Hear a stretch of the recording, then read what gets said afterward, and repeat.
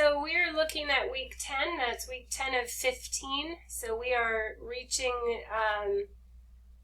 the finish line, which is fantastic. It's also a little stressful. If you're starting to stress out, please reach out for a little additional support. We've got a video overviewing the week, so take a look at that. We do have a library presentation conducting literary research, and this is for you to help you find your database resources. We're going to talk about those a little bit more today, but make sure you watch that, or is it a PowerPoint? I think it might be a PowerPoint. It is, it's a PowerPoint. So make sure that you take a look through that PowerPoint. I'll go over it with you a little bit today, but that's from the library. You also have a video from me on how to use the Alabama Virtual Library. Now, the same databases are available in either the Lawson State Community College database or the Alabama Virtual Library, but what this video has are some search terms that I'd like you to use, so make sure that you watch that and you maybe write down the search terms that apply to the searches that you're doing. Even while I'm doing that, I come up on some hits that look like strong articles. And if you're watching that video and taking notes, you could be getting some help finding your articles. So could you watch that video for me, please?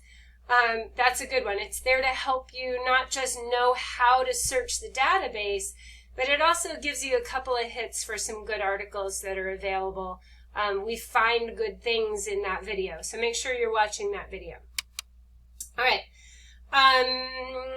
There is a link to the Alabama Virtual Library if you'd like to use that, and we will also talk about how to use the Lawson State databases today as well. So we're looking at the Gale Literature Database, and we'll look at that together today. Okay, so the Week 10 discussion board is all about finding your next two sources. We have found 3 so far.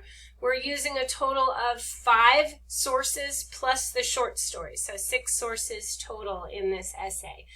So you are writing about the 3 that you found last week, this week, and then next week we'll write about the ones we're finding this week. So we're on kind of a delay. We find some, we read them, we write about them while we find some more. And if you're ever doing a research essay, that's the same process. You find a source or two, you read them, you write about them, and then while you're writing about the ones you've already found, you're finding a few more, and that way you're always moving forward in your project instead of trying to gather all your sources, read them all, and write about them all at the last minute. Break it down. Find a few sources about one part of it, and write about them while you're looking for a few more sources about some other part of it. Okay? Right now, I'd like us to sort of dive deep into these 3 source paragraphs. So we're going to take a look at the instructions here, and then we're going to kind of build a hypothetical one together. Okay? So using one article from each list of approved sources in week 9 for biography, cultural context, and historical context, please compose the 3 source paragraphs for these 3 sources. Remember to follow the source paragraph model we've already discussed, and you can use sample student essays as a model for this kind of paragraph as well, because the sample student essay did a really good job with these. So I'm going to stop the share for a second, and I'm going to put you into groups, and I want you in your groups to articulate what these 3 paragraphs are. These are 3, and I'm gonna kind of say it to you, and I want your group to be able to say it back to me with any questions that you might have about it. You are using one source from each of the 3 approved source lists for your author. So each author has approved sources for biography, approved sources for cultural context, and approved sources for historical context, and you're going to choose one of those, right? A lot of these are the same sources y'all found when you were searching, but sometimes your sources were a little weak. I'm not letting anybody use Spark Notes or 123 Help Me sites or anything like that. Ty, I understand that. I hope you're feeling better. Thank you.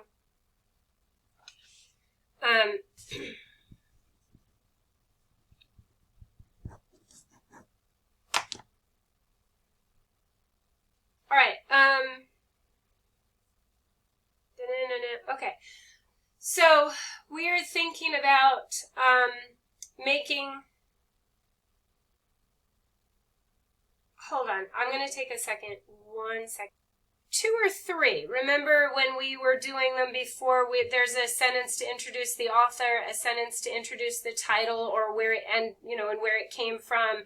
If there isn't an author, maybe the website that it came from gets a sentence, the title of the article, and then an explanation of what it is, right? A summary of it, maybe 1 or 2 sentences for that.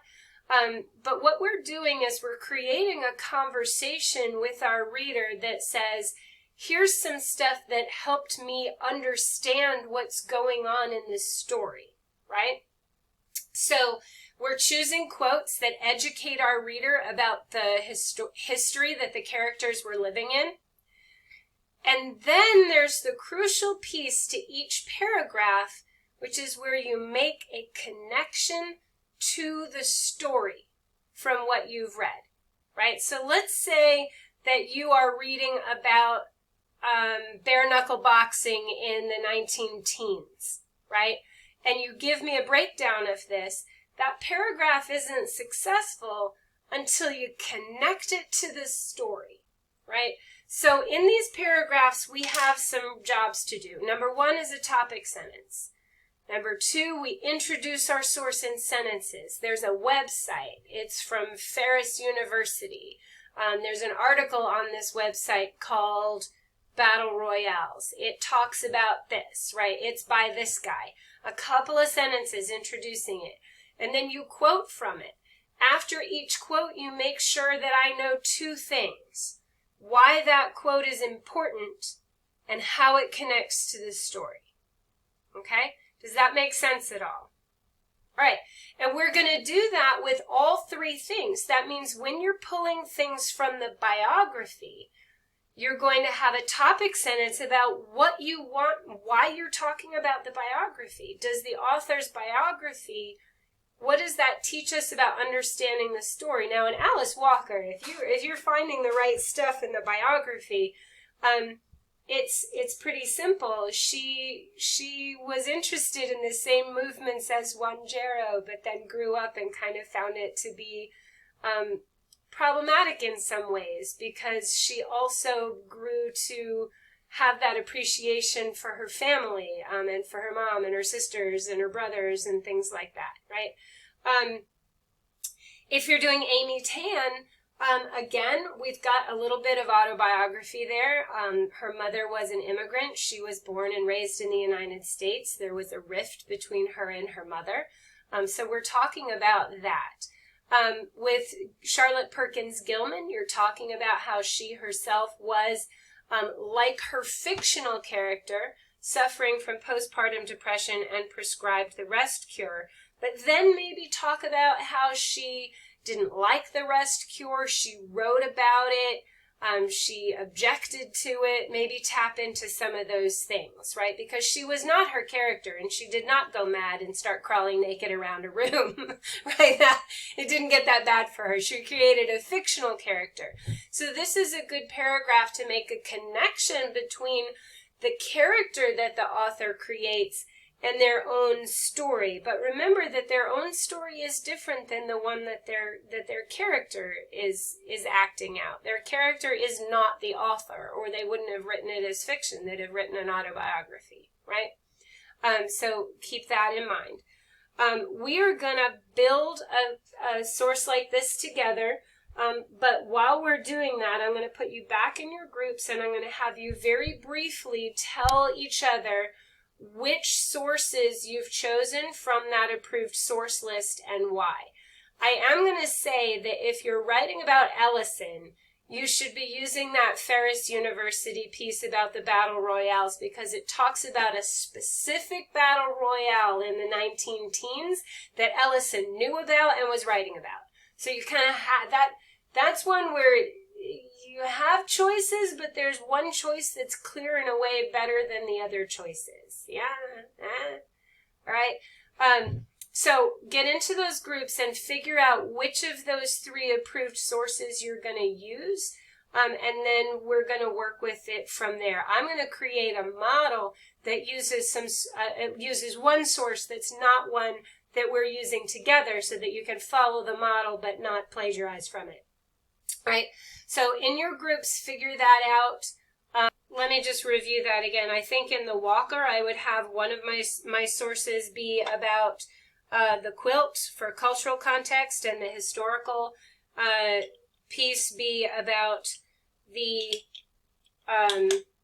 Back to Africa movement that Wanjero was interested in. I think for Amy Tan, I would have the cultural context one be about the family relationships, and the historical one be about the period of immigration that the mother immigrated in. For Ellison, my cultural context would be that bare knuckle boxing fight that's on that Ferris University site. And then my historical context would be probably that Jim Crow era more generally. And with Gilman, you know, that cultural context is going to be the rest cure. But the historical context is maybe more about women's rights in the Gilded Age and what other things were happening with women during that time, right? Does that make sense? Everybody kind of have a sense of what they're going to talk about. If not, let me know. But those sources are there and available. I want to talk to you now about how to build one of these paragraphs. So what I'm going to do is I'm going to share my screen, and we're going to build one together. I am recording it so you can take a look at it. In some of the sample stuff, I was working with John Steinbeck and his story, The Pearl. So what I'm going to do is going to open up a Word document, and I'm just going to start a sample of that biography paragraph, where you can kind of see how to build that paragraph about the source from the beginning. So I want to start with a topic sentence. The topic sentence is about the ideas of my thesis, right? Which is that, and then that thesis that we saw in the close reading was that he was angry that poor people didn't have access to medical care, and it was dangerous, right? So we want to say something about that. So Steinbeck was had a lifelong concern about the conditions that poor people lived under. All right, now let's talk about this topic sentence for a minute. Does it mention a source yet? It doesn't. No. Does it tell you why I'm going to be talking about Steinbeck's life? Yes, so when you're reading your biography source and the other sources, please make sure that you are not just thinking about this as a book report. I found this source, I will tell you about this source. We're trying to make a connection between the sources that we're reading and the story that we read. So my topic sentence is that connection. It's one of those connecting places, right? In a biography of Steinbeck online, we learn about his life and where this concern for the poor came from. The article is called, and then I got to go to it. I got to go find that article, right? So let me grab it. And the article is called, that's not really going to help. So the article is from the National Steinbeck Center, and it's a biography of Steinbeck. So let me just explain that, okay? The article is a biography of Steinbeck on and I got to go back to it and grab it because I don't remember. What was it called? It was called the National Steinbeck Center. All right, I'm going to grab that. National Steinbeck Center. National Steinbeck Center. Online. Okay. All right. I'm going to check that source and see if there's an author for this entry. I don't remember there being one, but I'm going to scroll down to the bottom and see if there is an entry for who wrote it. There's not, so if there isn't an author there, that's okay. You just are explaining where it comes from, okay? So then we grab a couple of quotes from it, right? And I'm going to grab this one here, okay? Control C, and I'm going to get it into my thing. And it says, the biography tells us that Steinbeck was born in the early 1900s, and that his father and that his family experienced poverty in his youth. The article informs us that, comma, quote, paste, when he was 11. Okay, and we put that citation in, and I go back to my source and I check it was in paragraph 2. Pair 2. All right, what do I have to do next? Okay, so I've got some summary. I've explained where it came from, the National Steinbeck Center online. The biography tells us, and I tell you why I'm talking about it. I've got a quote integration phrase, informs us that, comma, quote. I've got a citation. What comes next?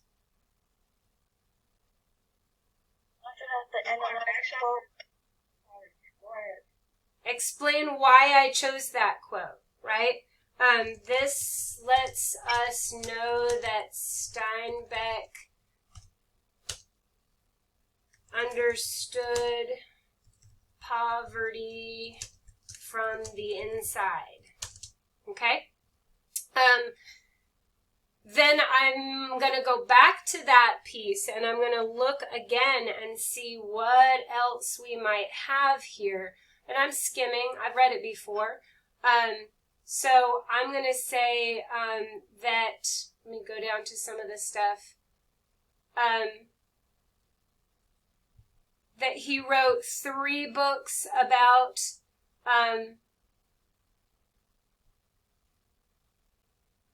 and I'm going to say in the late 30s he wrote these books, okay? And I'm going to control C that, and I'm going to put it in here. In fact, some of Steinbeck's most famous works were about poverty and working class people. The article says, comma, quote, and then paste it. Get my quotes going in the right direction.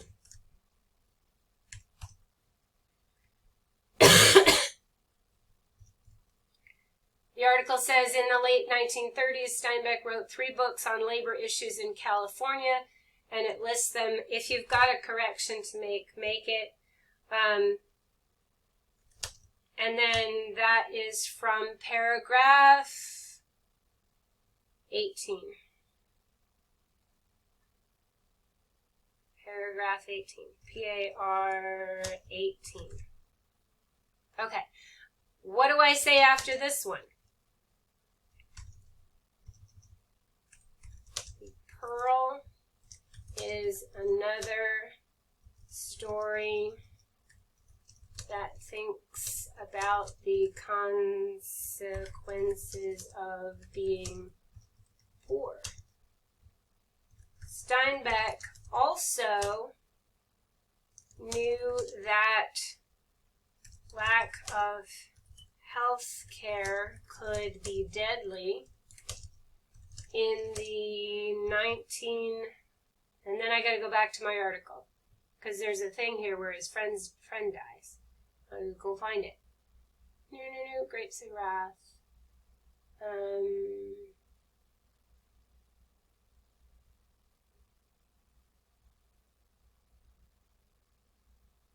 So he had a really good friend named Ricketts, Ed Ricketts.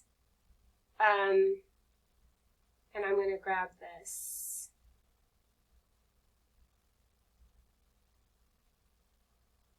Control C.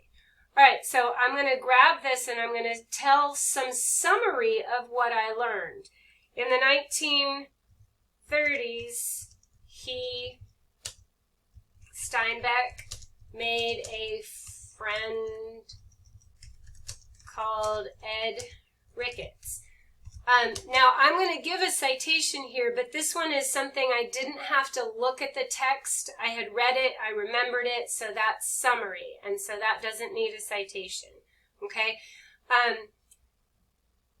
Later in life, Ricketts was in an accident, and his lack of health care made him die of the injury. And I'm going to put it in, and it said, Steinbeck heard about this, comma, quote, while living in New York. And I'm going to end it there, paragraph 25. The article says, comma, quote, Steinbeck received devastating news. We arrived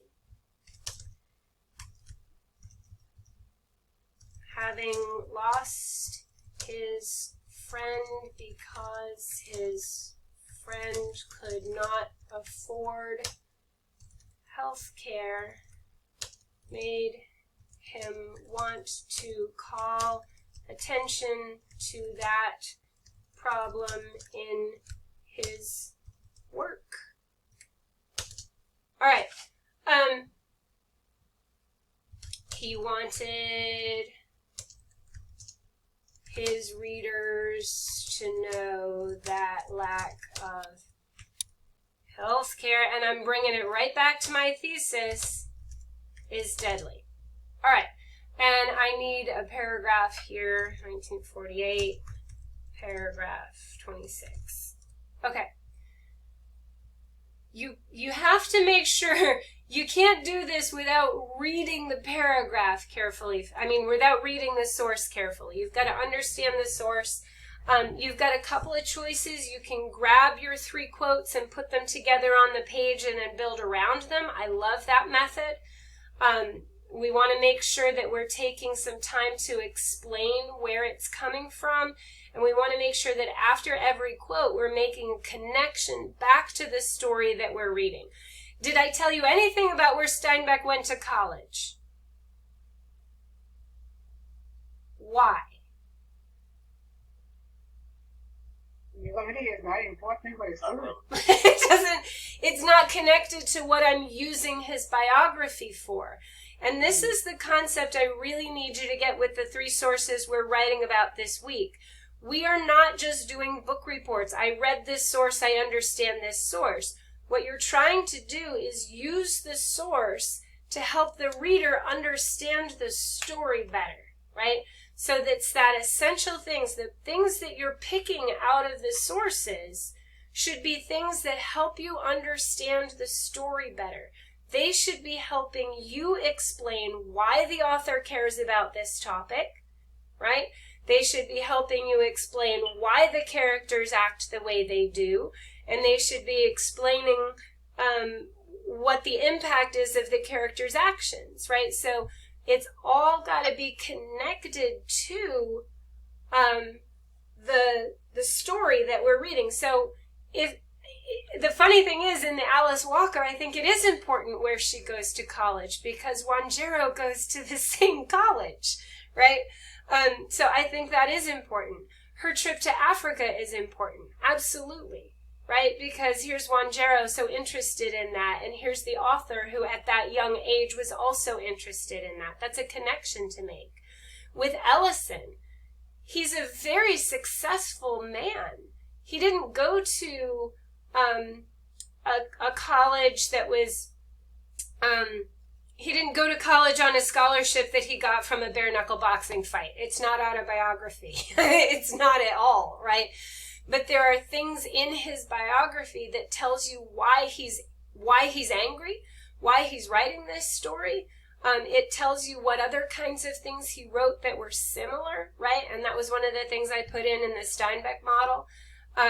So we're choosing the things about the author that help us understand the author's motivations in writing this, why they wrote what they wrote. So, you know, do we care when Gilman was married as much as we care her relationship with the man who prescribed her the rest cure? And the fact that she had a fight with him for the rest of her professional life. She fought with this man in public, right? Calling him out and telling him that this cure was horrible and it was a bad idea, right?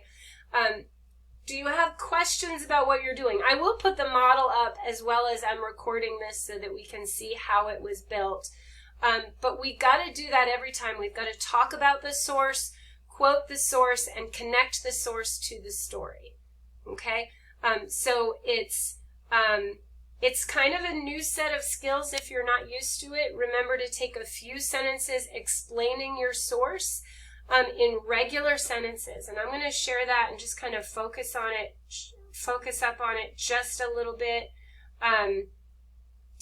Where it doesn't have to be fancy.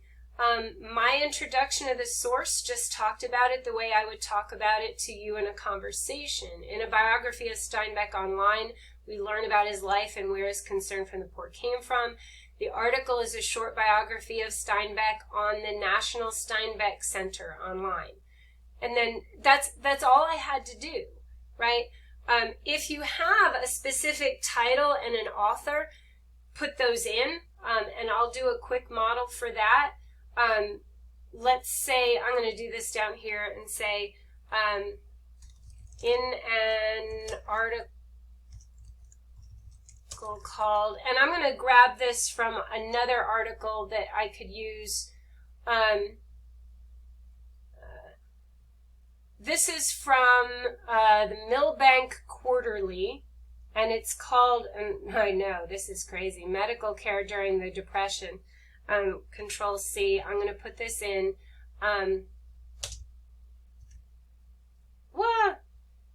Copying and pasting is crazy, y'all. Don't let it make you crazy. It should be 12-point font, and it should be Times New Roman, and it should be not bold.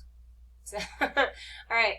In an article called, and then I've got to put it in quotation marks. I've got to get rid of the weird things that are in it there. We learn about how little access to medical care the people of Steinbeck's time had. Whoops, got to make that possessive. The time belongs to him. All right.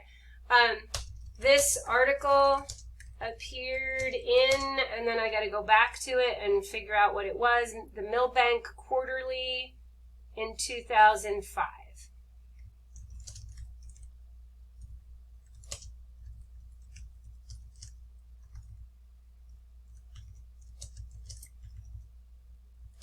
And then I'm going to format that title of the periodical. I'm going to underline it. You could also italicize it. In the article,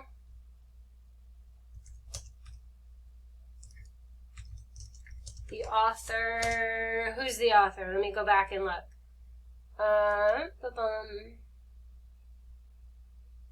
Authors. There's 3. Authors. And you want to make sure they are not linked. Please undo the links.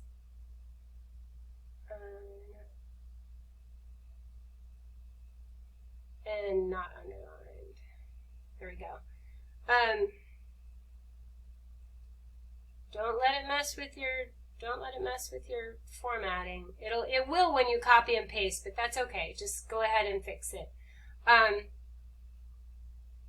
going to change the grammar here, and I'm going to say the article by, I'm just going to say was written by, and it is a very careful study of how many people were treated for free in this time period. All right, so again, I don't have my topic sentence here yet. I'm just focusing in on introducing the source. How many sentences did it take me to introduce this source that has a title and a periodical title and 3 authors? 3.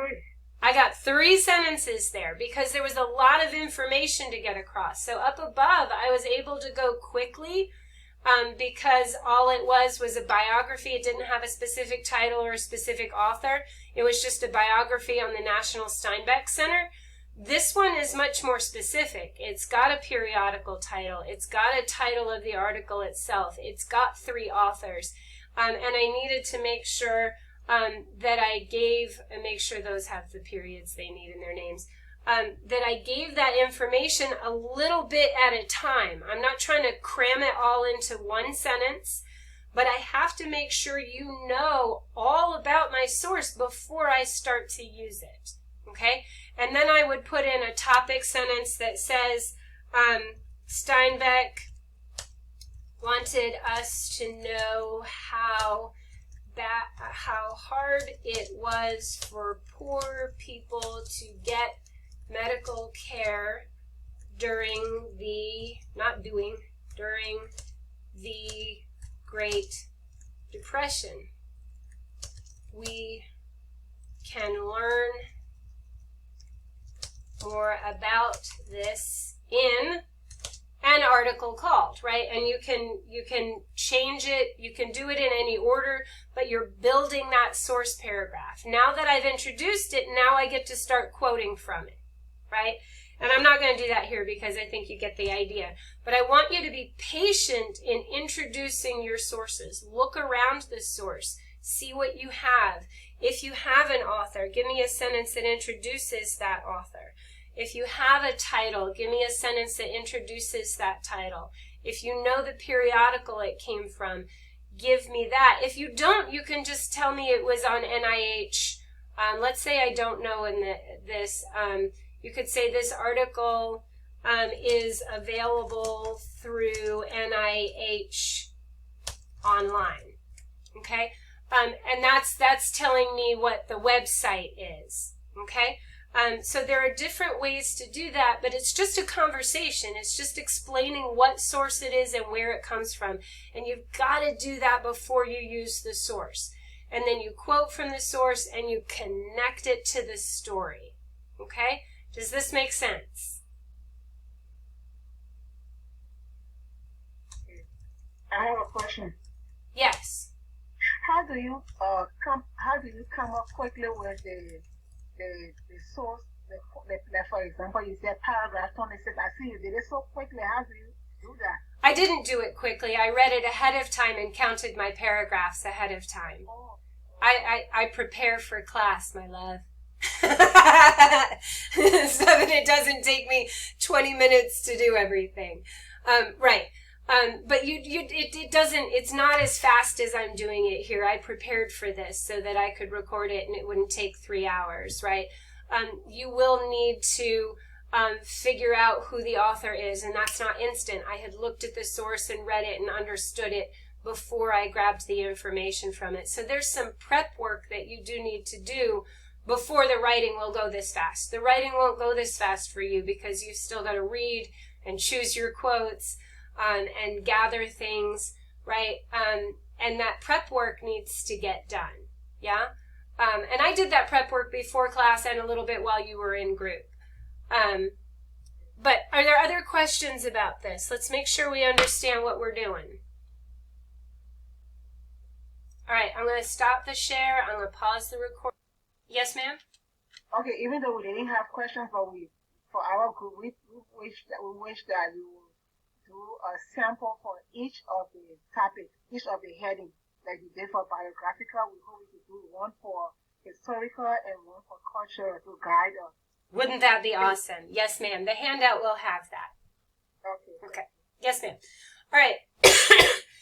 All right. So we are going to take a look now together at the databases, okay? So I'm going to share the screen and make sure you see a few things. Whoa.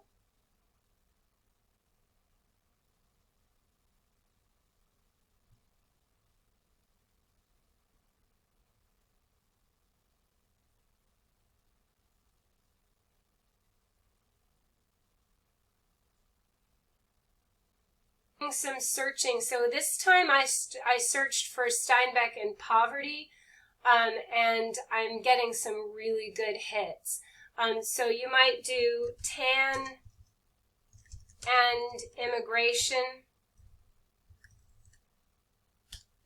and see if that turns anything up in Bloom's literature. Give it a second to search. It might not. You might need to play around a little bit with your search terms. You notice that the first thing I did was type in the story title, and that didn't turn up as much as I wanted to. The Joy Luck Club. I like this one, Regret in the Joy Luck Club, but that's an encyclopedia of themes in literature, so maybe not. We're going to kind of keep looking around. I'm not seeing, there we go, Multiculturalism and Globalization in Contemporary American Lit. That might work. It might be too hard to figure out, so we might try another one. We might try Amy Tan and Prodigy and see if that brings anything up. Again, we're avoiding things about how to write about the Joy Luck Club and help sites. We're avoiding encyclopedias, please. We do have some things on the Joy Luck Club. We have something on Two Kinds, but again, it's from a student's encyclopedia. That's not what we're looking for, but abandonment in the Joy Luck Club, maybe a little bit better, but again, it's from an encyclopedia. All right.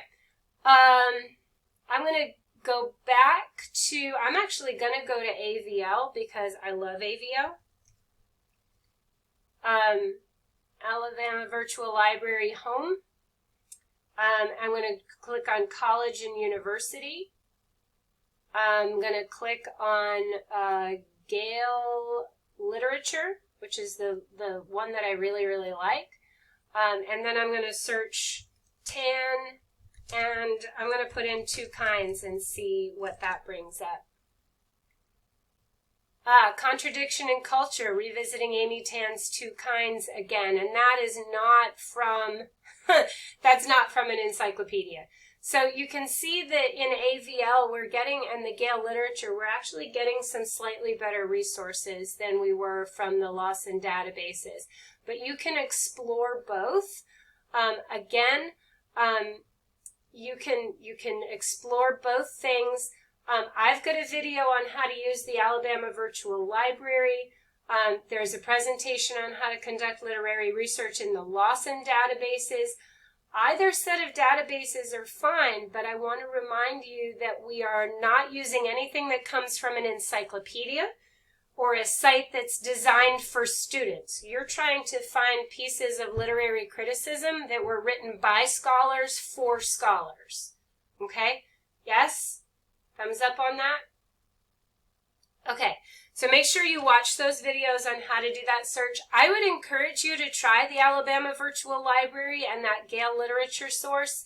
It's a really good source. It's a really good database to use. Play with your search terms.